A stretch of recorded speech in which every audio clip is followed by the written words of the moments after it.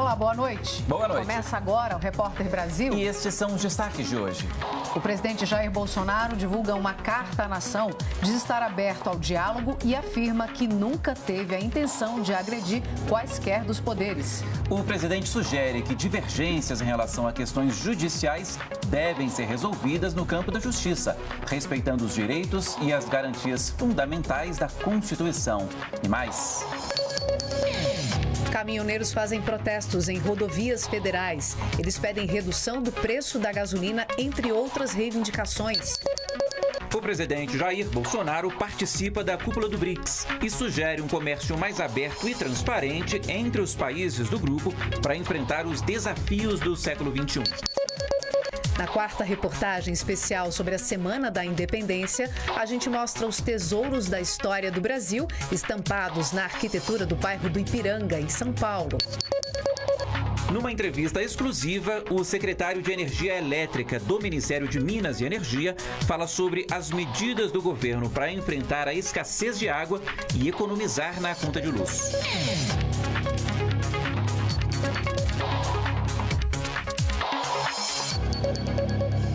O governo monitora o sistema hídrico do país diariamente e tem editado medidas para enfrentar a escassez de água. Uma delas é pagar um bônus a quem economizar energia. Uma nova bandeira tarifária chamada de escassez hídrica também está em vigor. Segundo o governo, ela tenta compensar a alta nos gastos com as usinas termoelétricas, que são mais caras que as hidrelétricas. Numa entrevista ao vivo, o secretário de Energia Elétrica do Ministério de Minas e Energia, o Cristiano Vieira, explica essas medidas e diz o que o governo espera delas. A entrevista é para a Voz do Brasil e a gente acompanha essa conversa ao vivo a partir de agora. Cristiano Vieira da Silva. Boa noite, secretário. Boa noite, Gabriela. Boa noite, Nazi. Boa noite, ouvintes. É um prazer estar com vocês aqui. Secretário, nós vivemos a pior seca dos últimos 91 anos e o governo vem monitorando diariamente o sistema hídrico do país. Qual a situação atual das nossas bacias? E eu queria também saber se há indicativos de melhora. Obrigado pela pergunta, Gabriela. Nós estamos adotando medidas para enfrentamento dessa situação excepcional de escassez hídrica que vivemos desde outubro de 2020. Então, desde outubro de 2020, ainda na transição do período seco para o período úmido de 20 para 21, várias termoelétricas foram acionadas de forma antecipada, importamos energia dos países vizinhos, trabalhamos com os órgãos ambientais visando reduzir as restrições ambientais para permitir um maior armazenamento d'água nos reservatórios, para usá-los nesse momento agora, que é o momento mais seco da estação seca, né? Até o próximo período úmido. E hoje nós temos os reservatórios brasileiros, os reservatórios hidrelétricos, né? Eles estão com algo em torno de 28% da capacidade de armazenamento. Então, se pensarmos numa caixa d'água, é uma caixa d'água que 70% dela está vazia. Então, é uma situação que requer muita atenção. Nós temos mais 2 meses pela frente. Então, temos o final de setembro, outubro e novembro, até a caracterização da próxima estação úmida. Então, todas essas medidas para aumentar a oferta foram tomadas e tomamos também medidas para que o consumidor também possa contribuir nesse desafio que é atravessar esse período seco com segurança e confiabilidade no atendimento para todos os consumidores. Pois é, secretário, uma dessas medidas é o programa de incentivo à redução voluntária do consumo de energia elétrica, né? Ele prevê um bônus para quem economizar 10% de energia entre setembro e dezembro. O senhor pode explicar melhor para a gente como é que funciona esse programa e quem vai poder contribuir? Então, é importante ter ou aumento de oferta, então ter mais geração no sistema. E a geração aqui no Brasil, ela se dá predominantemente com a fonte hidrelétrica, a partir de água, que é um recurso escasso, principalmente durante um período seco. Quem é que está contribuindo nesse momento? Então, temos batido recordes de geração eólica e solar no Nordeste, e essa geração toda é exportada para atender a carga no Sudeste, onde tem Sudeste e Centro-Oeste, onde tem essa maior seca. E a outra opção é reduzir o consumo. Então, esse programa de redução voluntária do consumo, ele abrange os consumidores regulados, aqueles consumidores que têm tarifa regulada, podem ser consumidores residenciais, consumidores comerciais ou industriais. E, basicamente, o que é feito? Nós olhamos o consumo médio entre setembro e dezembro de 2020, e esse consumidor tem que fazer o quê? No mínimo, ele tem de reduzir 10% desse consumo acumulado. Então, por exemplo, vou pegar o exemplo de um consumidor cativo típico, com 100 kWh de consumo. Então, em 4 meses, se ele consome 100 kWh todo mês, a gente está falando de 400 kWh. Então, a meta dele, 10%, o mínimo para redução, para ter algum benefício nesse programa, seria reduzir 40 kWh. Então, a distribuidora vai colocar essa meta de redução na fatura dele, e aí ele tem esses 4 meses para alcançar aquela redução. Chegando alcançando aqueles 40 kWh nesse exemplo, ele vai ter direito ao quê? R$50 a cada 100 kWh. Então, se ele economizar 40 kWh, ele vai receber R$20 na conta a ser pago na primeira fatura de janeiro, depois do fechamento do cálculo da redução nesses 4 meses. E, secretário, como é que o consumidor vai saber se realmente ele está conseguindo economizar essa energia? Ele vai ser informado de alguma forma? Exatamente, Gabriela. A distribuidora vai publicar na tarifa, à medida em que ele vai faturando aquele consumidor, ele vai publicar na tarifa qual é a meta de redução daquele consumidor. A meta que nós estimamos é 15%. Por quê? Olha, há um pagamento a partir de uma redução de 10%. Mas se alguém fixa na redução em 10% e se ele só consegue reduzir 9%, ele não vai ter o benefício. Então, nós colocamos lá uma meta de 15%. Ele, a partir de uma redução de 10% no consumo, já tem um pagamento. Então, a cada quilowatt-hora vão ser 50 centavos, né? 50 centavos, e até 20% de redução. Uma redução acima de 20% no consumo, ela não terá um pagamento adicional. Então, o pagamento é feito entre 10% e 20% pela redução no consumo. Essa compensação, ela vale também para os grandes consumidores, como as indústrias, o agronegócio? Vale para todos os consumidores regulados, é o mesmo valor. A gente está falando de R$50 por cada 100 kWh. Em termos de energia, o valor da energia que está sendo transacionada no mercado. Nesse momento, a energia no mercado de curto prazo, ela está no seu teto, R$583 o megawatt-hora. A gente está pagando, em termos comparativos, R$500 para o consumidor. Só para ter uma ideia, a bandeira de escassez hídrica, ela dá R$142 o megawatt-hora. Então, é um valor bastante expressivo em termos financeiros, quando a gente compara o valor que é cobrado para a cobertura do componente energia. Então, todos os consumidores regulados vão ter a oportunidade de participar desse programa. Os consumidores livres têm um programa de redução diferenciado, onde eles podem fazer oferta e eles podem dizer para o operador do sistema quanto é que custaria aquela retirada deles. Mas é uma lógica diferente, porque é uma lógica de atendimento de ponta. Então, naquele momento da ponta do sistema, onde a demanda por energia é maior, aquele consumidor, o consumidor inicial pode ofertar e falar, olha, custa tanto reduzir. Para o consumidor residencial, não. É economia de energia. Então, tem uma lógica um pouco diferente e o valor é esse, R$50 a cada 100 kWh. 50 centavos, no seu caso. R$50 a cada 100 kWh, tá, que dá 50 centavos a cada quilowatt-hora. Agora, o senhor falou que o governo adotou a bandeira tarifária de escassez hídrica, que impõe essa tarifa extra de R$14,20 a cada 100 kWh consumidos. O que esse sistema de bandeiras indica para o consumidor? E queria saber também se existe um prazo para que essa bandeira permaneça. Perfeito. A bandeira tarifária, de acordo com a metodologia da ANEEL, ela indica para o consumidor quanto custa atendê-lo naquele momento, em termos de custo de energia. Então, se o sistema está com bastante água, então há muito pouco acionamento de geração termoelétrica, e aí nós temos bandeira verde, não tem adicional nenhum. Quando eu tenho acionamento de alguma quantidade de termoelétricas, eu passo posso ter a bandeira amarela. Quando eu tenho muita termoelétrica sendo acionada, eu tenho bandeira vermelha patamar 1 e bandeira vermelha patamar 2. No presente momento, todos os recursos termoelétricos estão acionados. Além disso, para o enfrentamento dessa situação de escassez hídrica inédita que a gente tem no país, a bandeira vermelha, ela sozinha, ela não arrecada os recursos necessários para toda a oferta adicional que está se fazendo necessária durante o enfrentamento dessa escassez. Então, em função da escassez, foi criada essa bandeira escassez hídrica com um valor maior para arrecadar os recursos para garantir o financiamento de toda essa oferta que está sendo colocada no sistema para garantir a confiabilidade e a segurança.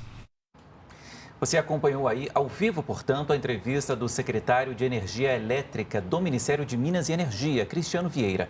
Ele falou sobre a escassez de água no país e resumiu as medidas que o governo tem tomado para que pessoas, empresas e o próprio governo economizem na conta de luz. A íntegra dessa entrevista fica no site da Rede Nacional de Rádio e o endereço está aí na sua tela.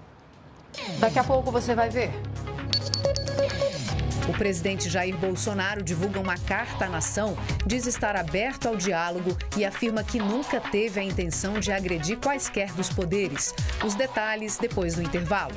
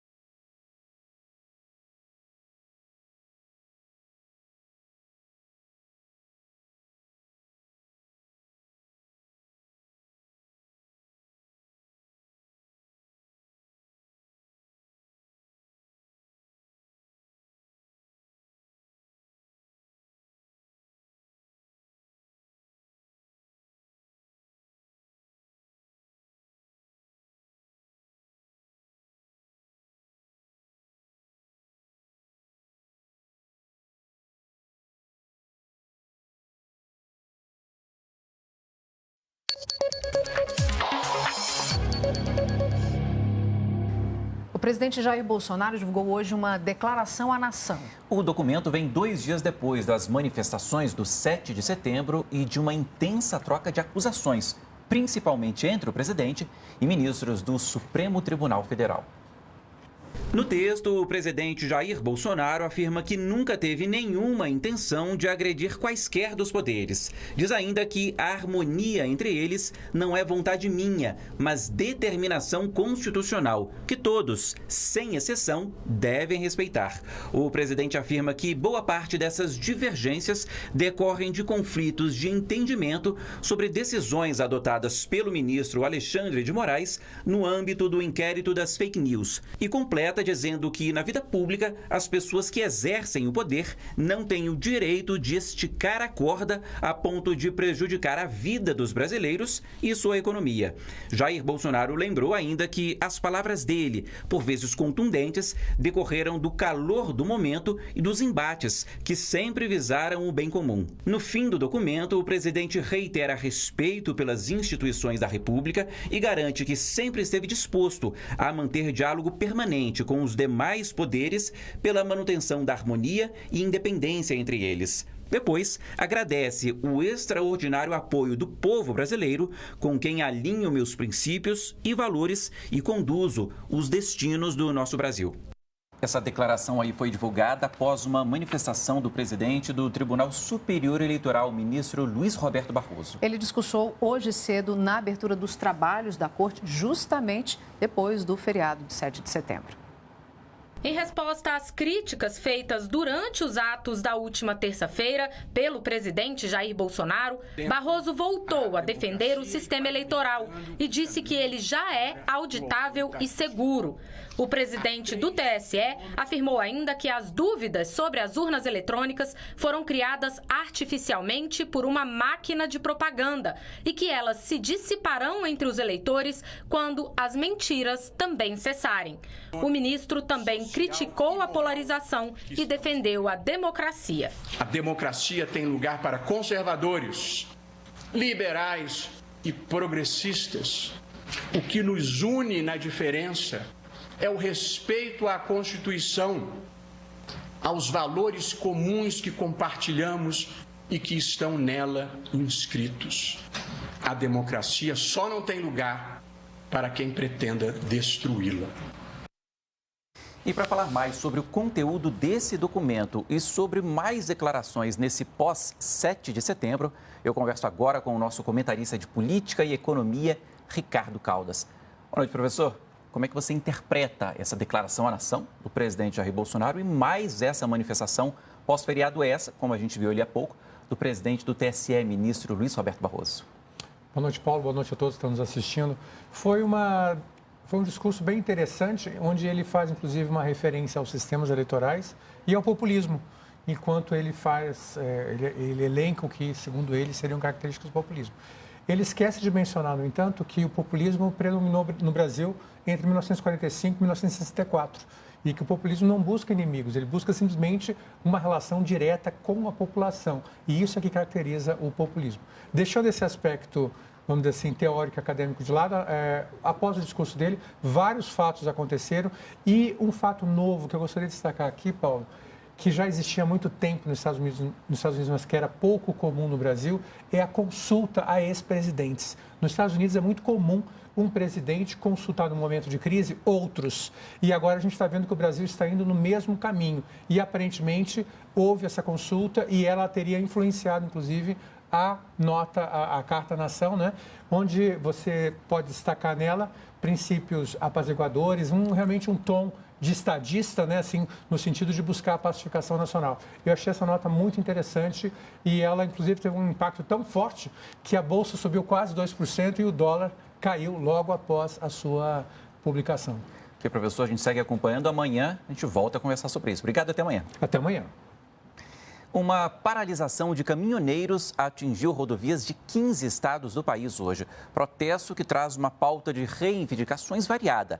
Ao vivo, a repórter Manuela Castro traz os detalhes desse movimento para a gente. Oi, Manuela, boa noite. Olá, Paulo. Boa noite a você e a todos que nos acompanham. Hoje o dia foi de negociações entre líderes políticos e os caminhoneiros para que a paralisação se encerre. Inclusive, integrantes do governo também participaram dessas negociações, incluindo o presidente Jair Bolsonaro. A pauta de reivindicação dos caminhoneiros é bastante ampla. Alguns dizem que estão mais preocupados com a inflação alta. Outros que a principal preocupação é a atuação do Supremo Tribunal Federal. Um levantamento do Ministério da Infraestrutura, que saiu agora no fim da tarde, mostra que as paralisações já se encerraram em vários estados do Brasil, mas ainda continuam em rodovias federais de 10 estados e em pontos isolados de outros 5 estados. As reivindicações acontecem principalmente nos estados da região sul e também em Rondônia, Mato Grosso do Sul, Bahia, Pará, Mato Grosso, Goiás e Tocantins. Vamos ver agora na reportagem como foi o dia de manifestações pelo país. Em várias rodovias do país, as primeiras horas da madrugada e da manhã desta quinta-feira foram assim, com os caminhoneiros paralisados. Já era, parou tudo, atravessou o carro. O Ministério da Infraestrutura e a Polícia Rodoviária Federal identificaram pontos de mobilização em 15 estados: Santa Catarina, Rio Grande do Sul, Paraná, Espírito Santo, Mato Grosso, Goiás, Bahia, Minas Gerais, Tocantins, Rio de Janeiro, Rondônia, Maranhão, Roraima, Pernambuco e Pará. Só vai passar ônibus, ambulância e produto hospitalar e carga perecível. Porque o Brasil está passando dificuldade, questão da inflação, questão de alimento, do gás, do combustível. O caminhoneiro está passando dificuldade, preço de pneu, área de descanso. Mas nem todos os caminhoneiros estavam de acordo com a paralisação. Por mim eu não parava, não compensa. O pessoal tem que resolver em Brasília, aqui não. Logo cedo, ao falar com os apoiadores do governo no Palácio da Alvorada, o presidente Jair Bolsonaro disse que ia negociar com a categoria e ainda pela manhã divulgou um áudio direcionado aos caminhoneiros. Fala para os caminhoneiros aí que são nossos aliados, mas esses bloqueios aí atrapalham a nossa economia. Isso provoca desabastecimento, inflação, prejudica todo mundo, em especial os mais pobres. Então, dá um toque nos caras aí, se for possível, tá? Liberar, tá, ok? Para a gente seguir a normalidade. Deixa com a gente em Brasília aqui agora. Não é fácil negociar, conversar por aqui com outras autoridades, não é fácil. Mas a gente vai fazer a nossa parte aqui e vamos buscar uma solução para isso, ok? Por volta do meio-dia, a Polícia Rodoviária Federal divulgou um boletim informando que 33 pontos de bloqueio tinham sido desmobilizados nas rodovias federais em todo o país até aquele momento. BR-116 Norte, Feira de Santana, fluxo liberado em ambos os sentidos aí. A PRF informou ainda que permanecia trabalhando pela garantia do livre fluxo das rodovias federais, viabilizando o escoamento da produção, assim como o direito de ir e vir dos motoristas e usuários. E afirmou: não há coordenação de qualquer entidade setorial do transporte rodoviário de cargas e a composição das mobilizações é heterogênea, não se limitando a demandas ligadas à categoria. A inflação oficial no mês passado foi de 0,87%. É o maior resultado para o mês de agosto desde o ano 2000, influenciado principalmente pela alta no preço dos combustíveis. Por outro lado, o índice ficou abaixo do mês anterior, julho. No acumulado de 12 meses, o IPCA chega a 9,68%. Os dados foram divulgados hoje pelo IBGE. Começou hoje a reunião de cúpula do BRICS, bloco formado por Brasil, Rússia, Índia, China e África do Sul. No discurso, o presidente Jair Bolsonaro destacou o comércio entre os 5 países e o combate à pandemia. Os 5 países do BRICS representam cerca de 42% da população mundial e produzem 23% dos bens, produtos e serviços que circulam no planeta.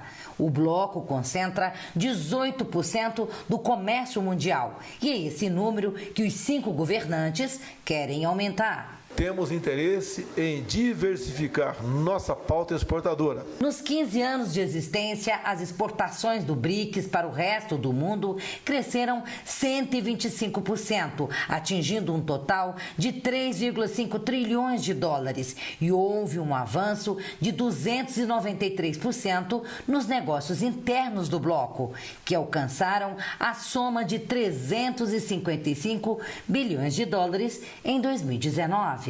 Espero que, em breve, possamos ter a oportunidade de nos encontrarmos pessoalmente para tratarmos desses e de tantos outros temas de especial relevo para nossas agendas bilaterais e multilaterais. O presidente Bolsonaro também destacou a parceria da China na imunização contra a Covid-19. Esta parceria se tem mostrado essencial para a gestão adequada da pandemia no Brasil, tendo em vista que parcela expressiva das vacinas oferecidas à população brasileira é produzida com insumos originários da China. A Câmara dos Deputados aprovou hoje o texto base do novo Código Eleitoral. O documento, que tem mais de 900 artigos, consolida toda a legislação eleitoral. Uma das mudanças é a que determina que os votos em mulheres e negros valem por 2 na hora de distribuir os recursos do fundo eleitoral. O objetivo é estimular a participação desses grupos na política. O novo código também estabelece o limite de 8 anos para a perda dos direitos políticos como consequência da lei da ficha limpa. O texto segue para o Senado assim que a votação dos destaques for concluída na Câmara.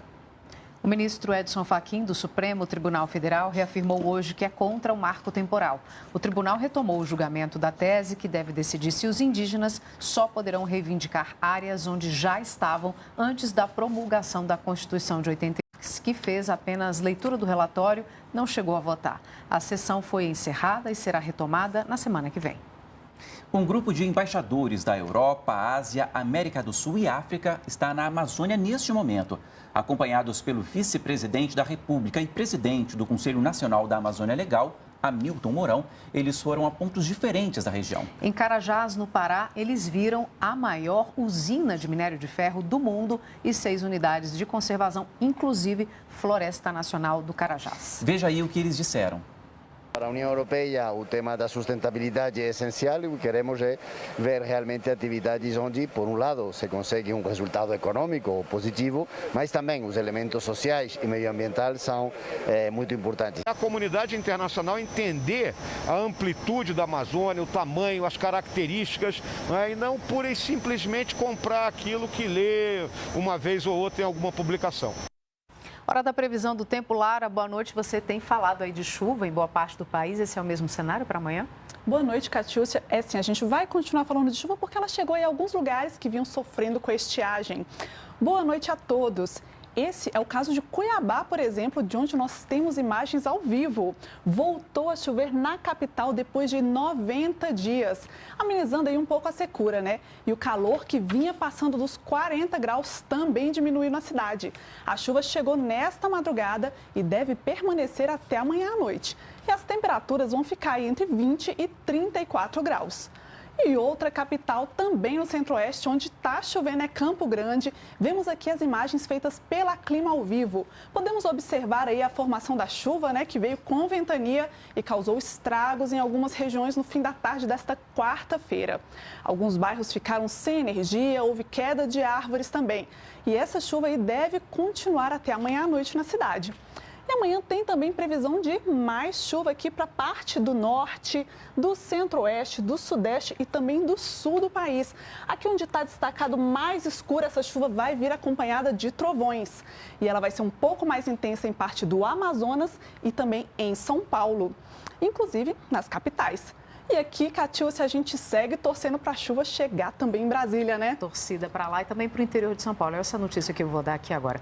No interior paulista, a estiagem prolongada provocou vários pontos de incêndio nos últimos dias.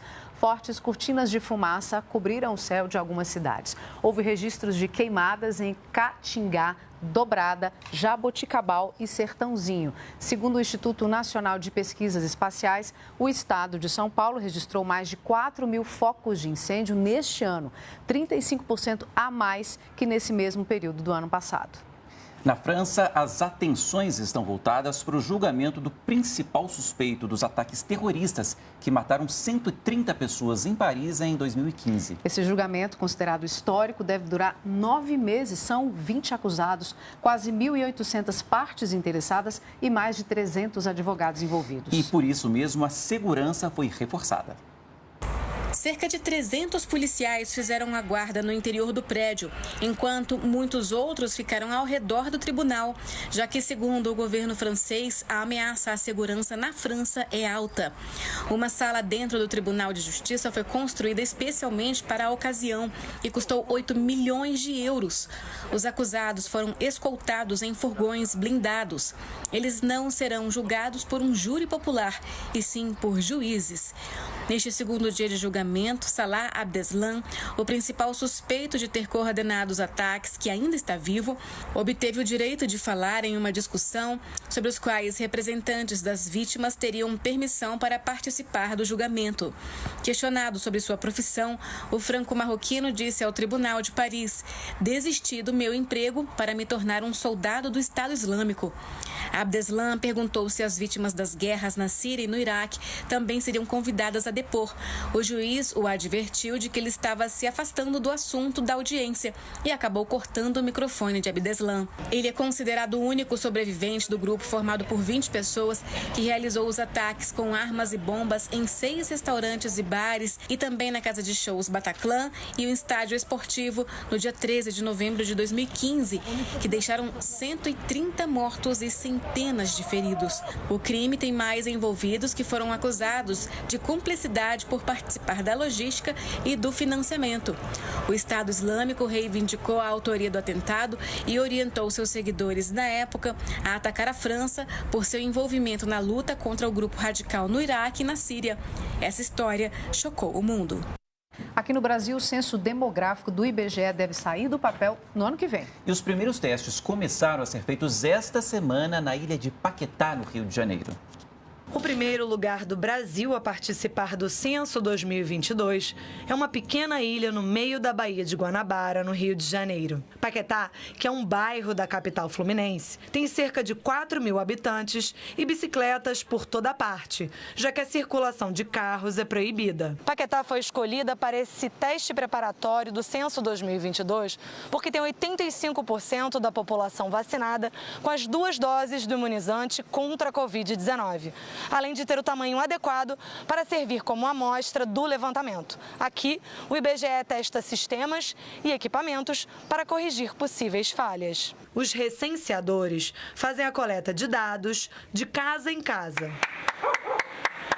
O censo deveria ter acontecido em 2020, mas foi adiado por causa da pandemia e questões orçamentárias. Essa recenseadora do IBGE explica a importância da pesquisa, que é a maior operação civil do país. A gente faz perguntas para cobrir a infraestrutura de um local, se tem esgoto, se tem água encanada, como está, aquela região, por que uma região tem mais e outras tem menos.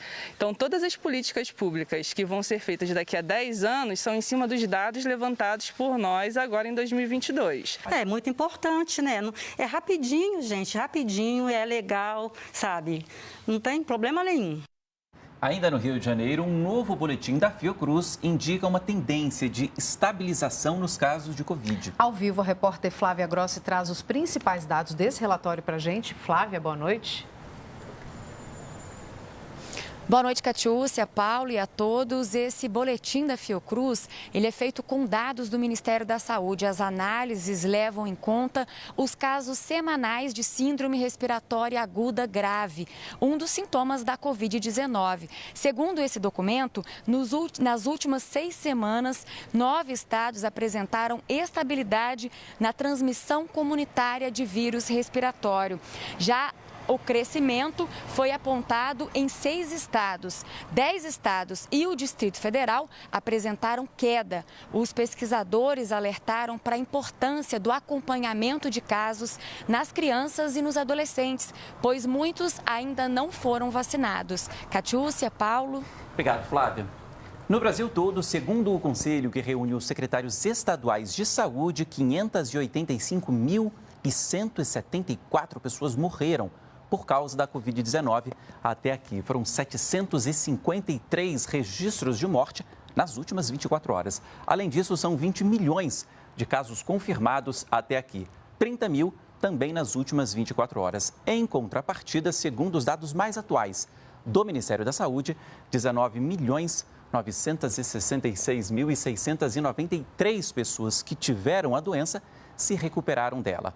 E a gente mostra agora como está a vacinação pelo país num recorte por estados. Hoje, na região norte, Rondônia aplicou até agora 1,5 milhão de doses de vacina contra a Covid. De lá, a gente vai para a região nordeste, Rio Grande do Norte, com 3.300.000 doses aplicadas. Centro-oeste do país, nosso destaque de hoje, o estado de Goiás, com 6.300.000 doses. Sudeste, destaque para São Paulo, hoje, com 53 milhões de doses aplicadas. Por fim, Santa Catarina, no Rio Grande do Sul, na região sul, com 7.200.000 doses aplicadas. Ao todo, portanto, também segundo o Ministério da Justiça, da Saúde, foram distribuídas até agora pelo país 259.300.000 408.220 doses de vacina. Dessas doses, 203 milhões foram aplicadas nos brasileiros até aqui. 135 milhões de pessoas tomaram a primeira dose da vacina e 68 milhões tomaram também a segunda dose ou a vacina de dose única. Ipiranga, o bairro de São Paulo que testemunhou a proclamação da independência, tem como marco arquitetônico um dos museus mais famosos do país e que homenageia o Brasil como uma nação. E o bairro guarda outros tesouros da arquitetura ligados a diferentes personagens e períodos da nossa história. É a 4ª reportagem da Semana da Independência.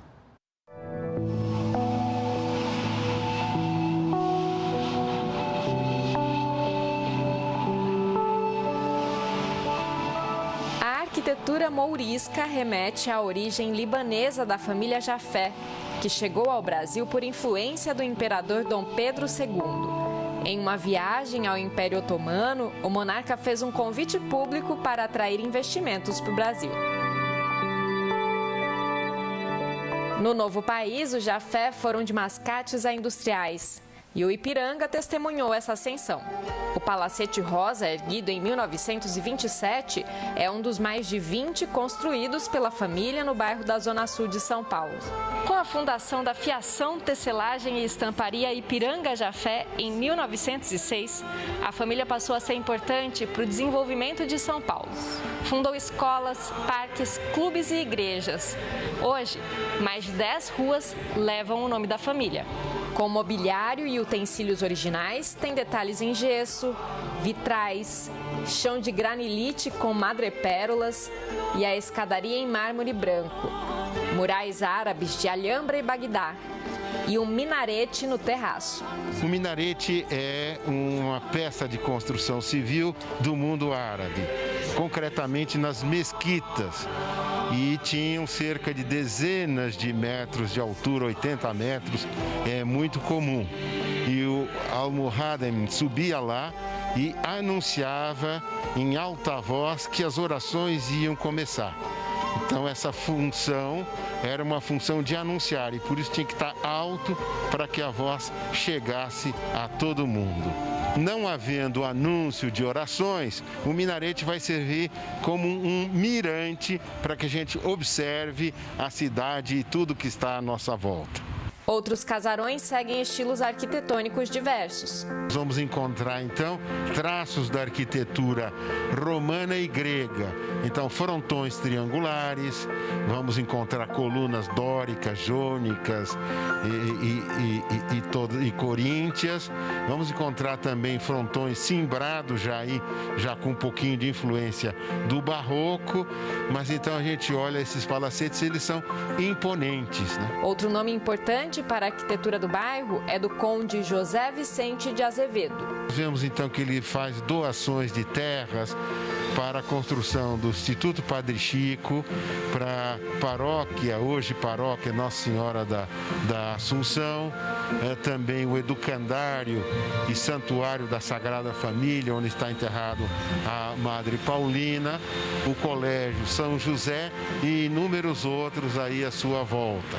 Entre as obras patrocinadas por Azevedo estão o Hospital do Alvarenga, de inspiração neocolonial, e o Seminário Central da Imaculada Conceição do Ipiranga, de estilo eclético, partes da história de São Paulo.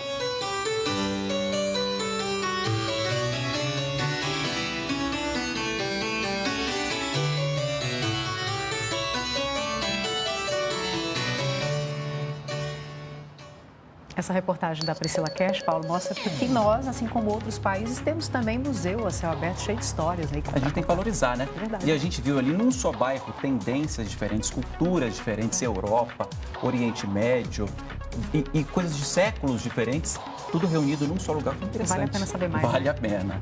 Bom, estiveram hoje aqui com a gente as intérpretes de Libras, a língua brasileira de sinais, a Leide Mendes e também a Neide Lins, o Repórter Brasil. Fica por aqui. Você pode rever as reportagens de hoje nas nossas redes sociais. Uma ótima noite, a gente volta amanhã. E a gente encerra esta edição com imagens de Salvador. Obrigado pela companhia, boa noite e até amanhã. Tchau.